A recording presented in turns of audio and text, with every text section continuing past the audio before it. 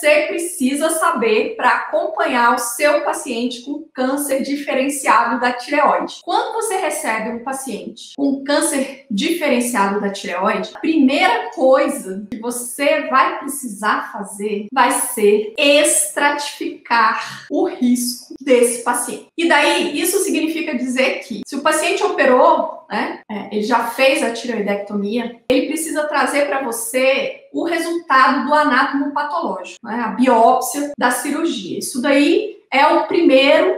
Então, assim, se o paciente chega e fala assim, eu operei, né, semana passada, ontem eu fui para a revisão do cirurgião e ele falou para eu te procurar. Bom, aí o que você vai dizer para ele? Já tem o resultado da biópsia? Provavelmente não, porque em geral o tempo que leva, né, para sair o resultado do anátomo patológico é de uns pelo menos 10 dias, né? Em geral 15 dias, ou às vezes pode demorar até mais, né? Dependendo, né, do contexto, né, onde foi realizada a tireoidectomia. Então, o paciente vai precisar trazer o anátomo patológico para você. Inclusive, quando você encaminha o seu paciente para a tireoidectomia, então, dando um passinho antes, né? Se você atendeu um paciente com nódulo, a investigação foi suspeita ou compatível com câncer diferenciado da tireoide, você encaminha o paciente para a tireoidectomia. E daí, já é interessante que você informe ao paciente que ele deverá retornar com você quando sair o resultado do anátomo patológico. Não antes disso, porque antes disso você não vai ter condições de fazer a estratificação de risco, que vai ser o divisor de águas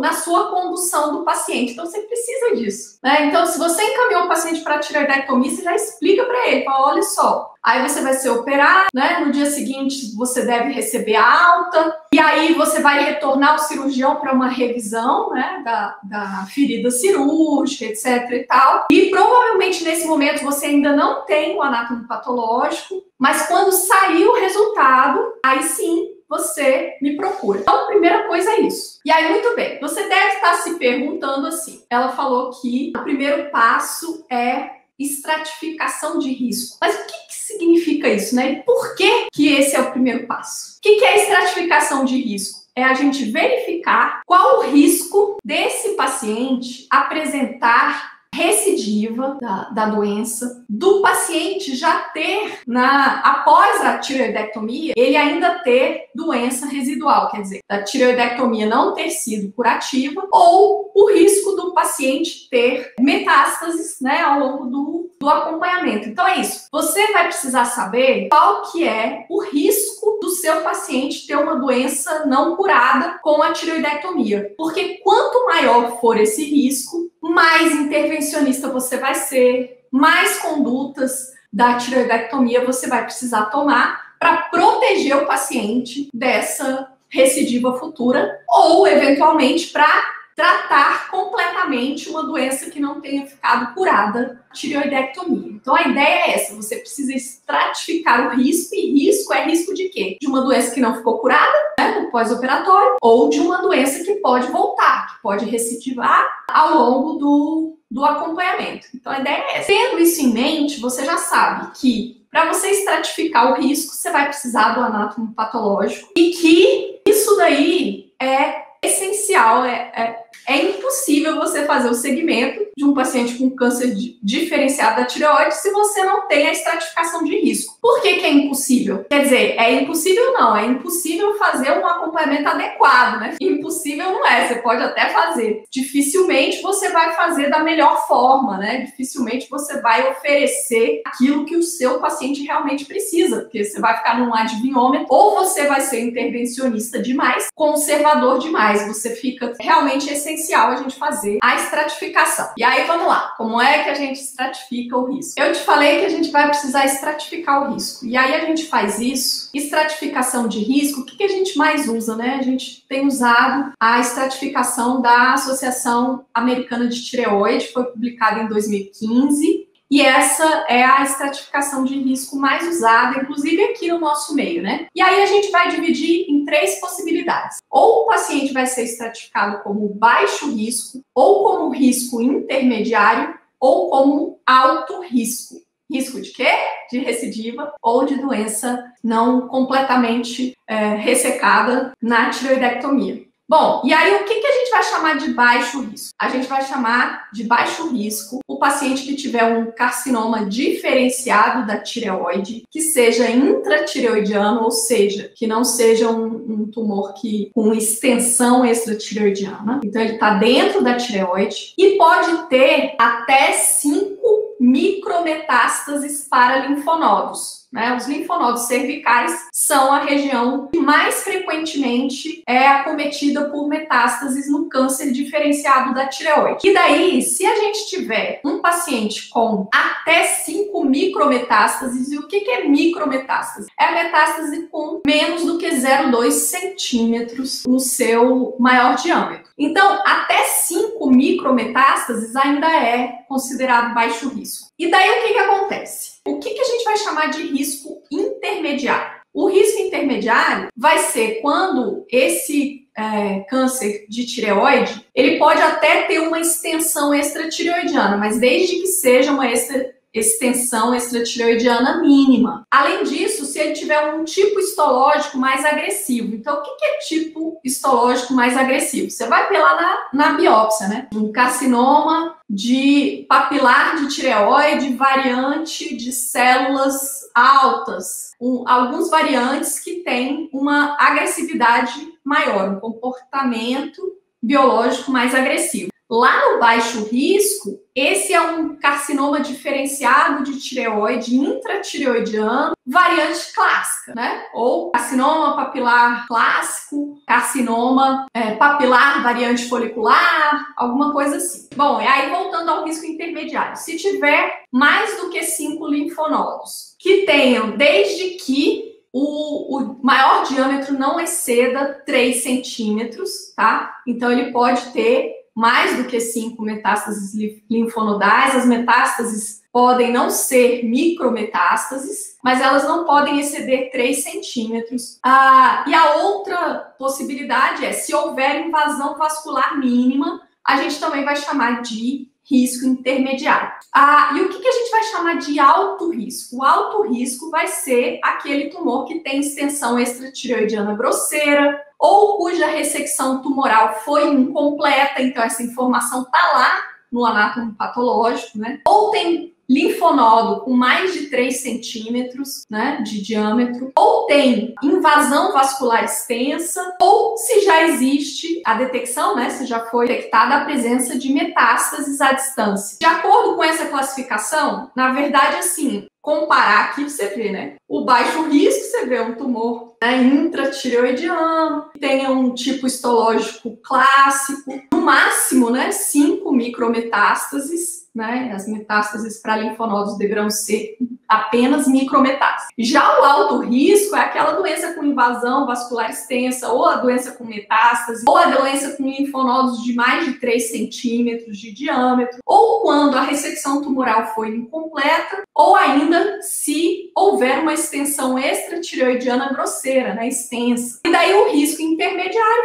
vai cair sobre aquilo que é o meio termo ali, né, entre o baixo e o alto risco. Bom, vamos lá. E aí, da onde você pega essas informações? Você pega do anátomo patológico. Todas essas informações vão estar lá. Então, de acordo com o anátomo patológico, você faz essa estratificação de risco. E aí, com isso, se o seu paciente foi estratificado como baixo risco, de uma maneira geral, né, da literatura, existe um risco menor que 1 a até 8% desse paciente evoluir com recidiva ao longo do acompanhamento. Como o próprio nome diz, o risco é baixo, né? Realmente pequeno. E aí, pelo fato do risco ser pequeno, a gente vai ser menos intervencionista. Olha só, a gente tem alguns parâmetros, né? Algumas coisas que a gente vai precisar fazer pós-operatório. Então, assim, de acordo com o risco, eu vou pensar se o meu paciente vai precisar de tratamento com iodo radioativo complementar, e eu vou pensar se eu preciso ou não suprimir o TSH do meu paciente no acompanhamento, no pós-operatório.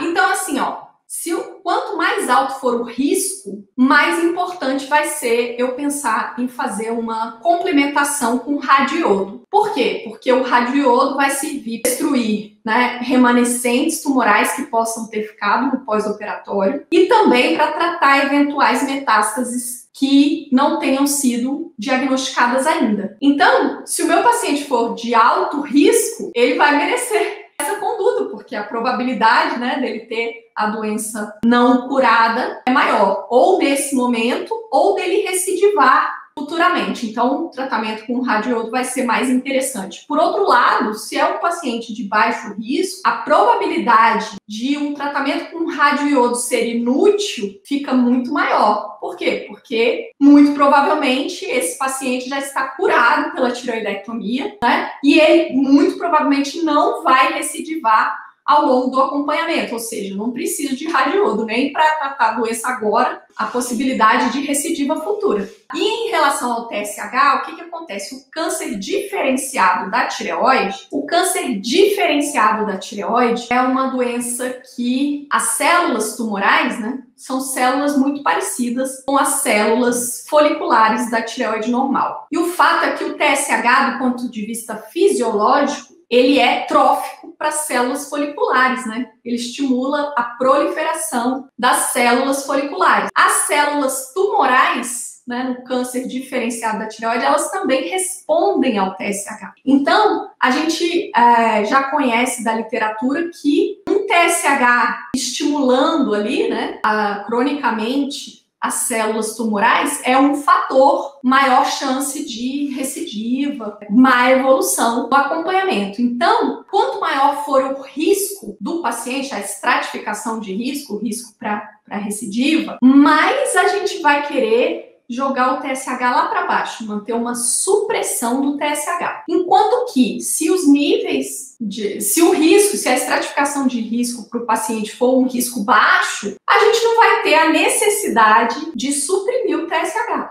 Lembrando que as coisas são sempre colocadas na balança, né? Então é sempre assim, risco-benefício. Então, quando eu suprimo o TSH, o que eu estou fazendo? Eu estou induzindo um hipotireoidismo subclínico. E isso tem consequências, né? Porque eu vou fazer isso ao longo de tempo prolongado. Então, o hipertireoidismo subclínico, ele pode ser mais interessante do que deixar o paciente exposto ao risco recidiva da doença. Então, se a minha balança pesar, né, para benefício, aí eu vou fazer. Por outro lado, se é um paciente com baixo risco de recidiva, então, assim, qual que é o benefício, né, de se suprimir o TSH e deixar o paciente exposto aos riscos do hipertireoidismo subclínico, que são basicamente dois, né? O risco de osteoporose e o risco de arritmias cardíacas. Então, se ele é de baixo risco, a minha balança vai pender risco e não para benefício. Então, eu não vou fazer essa conduta. Então, é isso que a gente vai precisar avaliar. Vamos lá. E aí eu estava te dizendo que no baixo risco a gente vai ter menos de 1 a,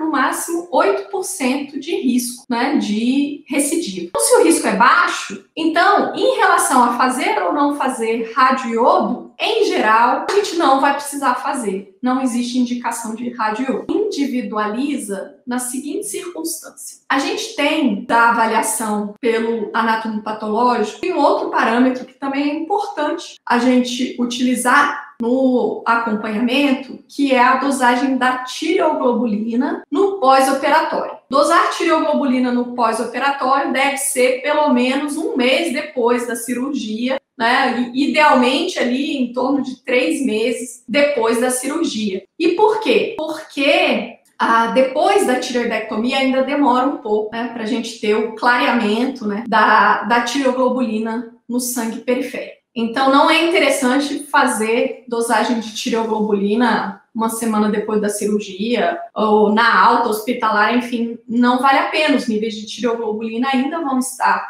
presentes e detectáveis e isso não vai ter uma interpretação possível. E aí, se a tireoglobulina vier detectar, aí a gente pode individualizar e ver a necessidade de complementar o tratamento com radioiodo, mesmo que o paciente seja de baixo risco. Em geral, a gente não vai precisar de radioiodo baixo risco. Então, o paciente operou, você fez a estratificação de risco, ele deu baixo risco, então você fala, beleza, então a partir de agora a gente vai iniciar o acompanhamento, né? E aí, como que você vai fazer a reposição com levotiroxina? Bom, se o risco é baixo, como eu falei ainda há pouco, a nossa balança risco-benefício, ela vai pesar para um risco na supressão do TSH. Então, para esses pacientes, vai ser mais interessante deixar o TSH na faixa normal. A gente não precisa induzir um hipertireoidismo subclínico nesses pacientes. O mais interessante é manter o TSH na metade inferior do intervalo da referência. Então, por isso que é um TSH entre 0,5 e 2. Mas isso vai variar um pouquinho, né? De acordo com o intervalo de referência do laboratório onde o paciente faz os exames. Mas, de uma maneira geral, vai ficar ali, a metade inferior vai ser em torno de entre 0,5 e 2 para o TSH. Bom, muito bem. E se o paciente for de risco intermediário? Então, ele tem um risco intermediário, quer dizer, não é o baixo, mas também não é o alto risco dele apresentar recidivas, dele ter uma doença não completamente ressecada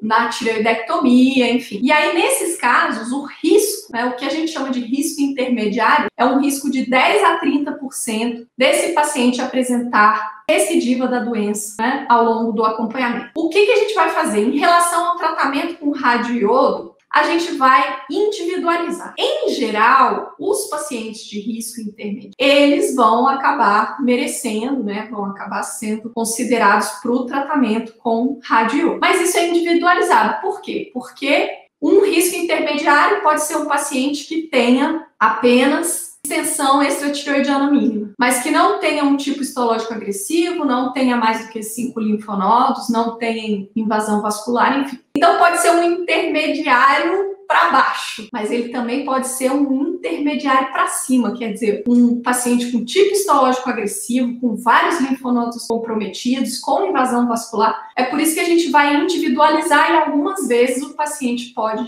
não precisar, né, o paciente que é estratificado como risco intermediário. E aqui a dosagem da tireoglobulina, né, no pós-operatório também pode ajudar nesse raciocínio, né? A tireoglobulina estiver detectável, né, esse também pode ser um parâmetro para se definir a necessidade do radioiodo. E em relação à supressão do TSH, o risco intermediário é intermediário, ele não é nem baixo nem alto. Então, o que a gente vai fazer com o TSH?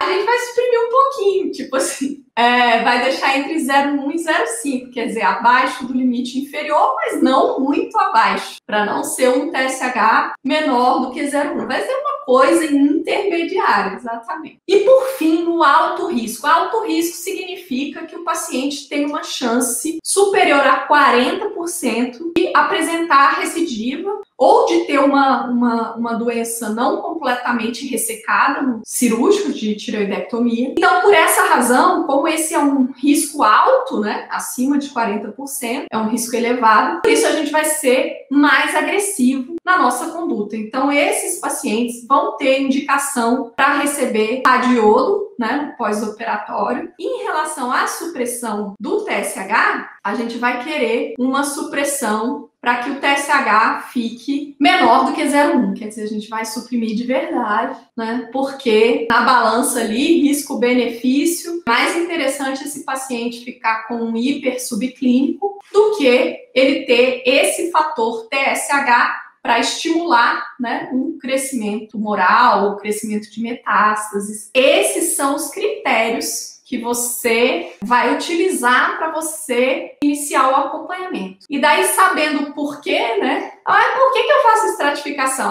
Já sei, porque eu preciso saber qual a chance do meu paciente ter recidiva, enfim. E aí, de acordo com essa chance, eu vou ser mais ou menos agressivo nas minhas condutas. Em relação a radioiodo, se você sabe para que serve o radioiodo, porque você deve avaliar se o seu paciente precisa dele ou não. E, da mesma forma, a supressão do TSH, se você entende, né, para que serve, por que é usado, enfim, daí as coisas fazem muito mais sentido para você acompanhar o seu paciente com câncer diferenciado da tireoide. Tendo esse mapa na sua cabeça, as coisas ficam muito mais claras, fazem muito mais sentido para que você possa conduzir com segurança o seu paciente que teve um câncer diferenciado da tireoide.